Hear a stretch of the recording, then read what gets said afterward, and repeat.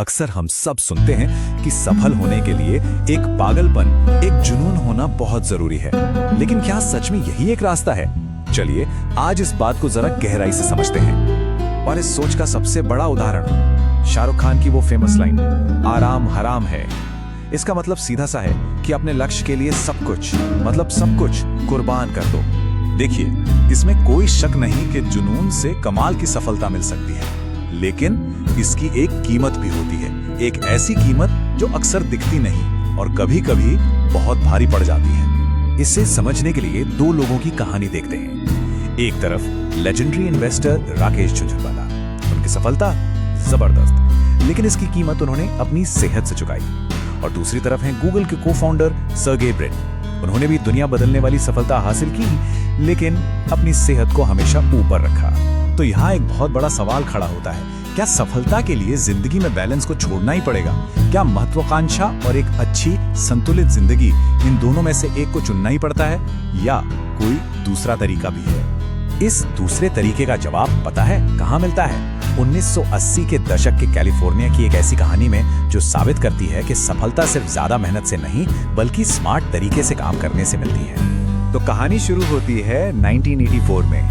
General Motors का एक auto plant था, और खराब शायद उसके लिए छोटा शब्द है। वहां के कर्मचारी काम पर शराब पीते थे, आपस में लड़ाइयां बहुत आम थी। सोचिए, रोज 20% लोग तो आते ही नहीं थे। माहौल इतना जहरीला हो गया था कि कंपनी को आखिरकार उस प्लांट को बंद ही करना पड़ा। अब यहाँ आता है कहानी में ट्विस्ट। कुछ साल बाद टोयोटा ने उसी प्लांट को एक जॉइंट वेंचर में फिर से खोला, और सबसे हैरान करने वाली बात, उन्होंने उन्हीं कर्मचारियों को वापस नौकरी पर रखा जिन्हें बेकार समझकर निकाल दिया गया था। जगह वही थी, लोग भी वही थे, बदला तो सिर्फ एक चीज, सिस्टम। और इस एक बदलाव का नतीजा कमाल का था। सिर्फ 1 साल के अंदर वही बेकार प्लांट उन्हीं कर्मचारियों के साथ टोयोटा के जापान वाले बेस्ट प्लांट्स की क्वालिटी को टक्कर दे रहा था। सोच सकते हैं? तो ये सिस्टम आखिर है क्या चीज? सिंपल भाषा में, सिस्टम एक ऐसा मैकेनिज्म है, एक ऐसा तरीका जो हमें सही दिशा में आगे बढ़ाता रहता है, बिना ज्यादा सोचे, बिना याददाश्त या मोटिवेशन पर निर्भर हुए। ठीक है, तो एक प्लांट की कहानी तो समझ आ गई, लेकिन असली सवाल तो ये है कि हम अपनी जिंदगी में, अपने काम में ऐसा सिस्टम कैसे बना सकते हैं? इसके लिए ना अमेज़न के शुरुआती दिनों का एक बड़ा मजेदार किस्सा है। वहां से हमें एक पूरा ब्लूप्रिंट मिल जाएगा। तो सीन कुछ ऐसा है, 1990s के दशक की बात है। जेफ बेजोस एक कस्टमर सर्विस मीटिंग ले रहे हैं। उनके वीपी ने डेटा पेश किया, जिसके हिसाब से सब कुछ परफेक्ट चल रहा था, लेकिन बेजोस को डेटा पर पूरा भरोसा नहीं हुआ। उन्होंने मीटिंग के बीच में ही सबके सामने स्पीकर पर अमेज़न की कंप्लेंट लाइन पर कॉल लगा दी। और जानते हैं क्या हुआ? फोन बजता रहा। 4 मिनट से ज्यादा हो गए, किसी ने फोन नहीं उठाया। उस एक कॉल ने सारी पोल खोल दी। इसी घटना से एक 5 स्टेप सिस्टम निकला, जिसे हम कहीं भी इस्तेमाल कर सकते हैं। स्टेप 1, अपना लक्ष्य बिल्कुल साफ साफ तय करें, जिसे नापा जा सके। स्टेप 2, उस लक्ष्य तक पहुंचने के लिए जो भी काम करने हैं, उनकी एक लिस्ट बनाएं। स्टेप 3, काम शुरू करने के लिए ट्रिगर या रिमाइंडर सेट करें, ताकि याददाश्त पर निर्भर ना रहना पड़े। स्टेप 4, अपनी प्रगति को ट्रैक करने का एक तरीका बनाएं।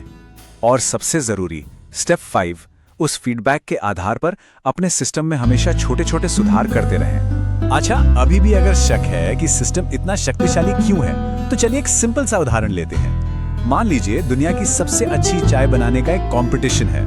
कंपटीशन में 2 लोग हैं। एक है एक्सपर्ट, जिसे सालों का अनुभव है। दूसरा है एक बिल्कुल नया इंसान, लेकिन उसके पास एक्सपर्ट की सटीक रेसिपी है, स्टेप बाय स्टेप निर्देश। तो जीतेगा कौन? दोनों की चाय बिल्कुल एक जैसी बनेगी। क्यों?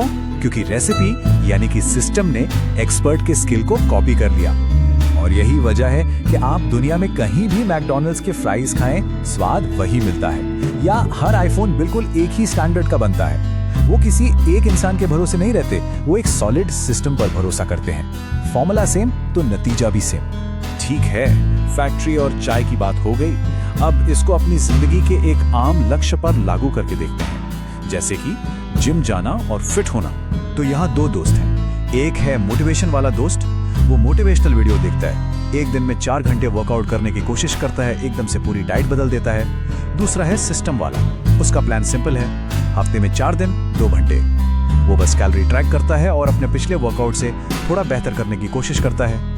शुरू में हो सकता है पहले 30 दिन में मोटिवेशन वाले दोस्त को थोड़े ज्यादा नतीजे दिखें, जोश जो है, लेकिन 1 साल बाद सिस्टम वाला दोस्त उससे बहुत बहुत आगे निकल चुका होगा, क्योंकि मोटिवेशन तो आती जाती रहती है, लेकिन एक अच्छा सिस्टम हमेशा काम करता है। तो इस पूरी बात का सार क्या है?